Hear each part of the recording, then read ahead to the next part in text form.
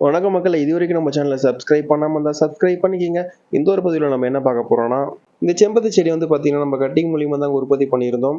இந்த வீடியோ வந்து பார்த்தீங்கன்னா, ரிலேட்டட் வீடியோல இருக்கு. நீங்க போய் செக் பண்ணி பாருங்க. நம்ம இது எப்படி உற்பத்தி பண்ணோம் அப்படின்றது உங்களுக்கு கிளியரா தெரியும். இப்போ இந்த செடி வந்து பார்த்தீங்கன்னா, நம்ம ஆல்ரெடி நம்ம வீட்டு மாடி தோட்டத்துல இருக்கிற செம்பருத்தி குடும்பத்தோட தாங்க சேர்த்து நம்ம இதையும் வைக்க போறோம்.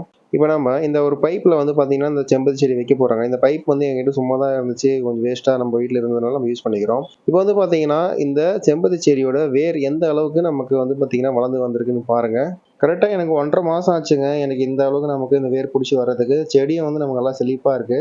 பாருங்க எந்த அளவுக்கு சூப்பரா இருக்கு அப்படின்னு சொல்லிட்டு. இத நம்ம அப்படியே இந்த தொட்டியில வச்சு வைக்கலாங்க.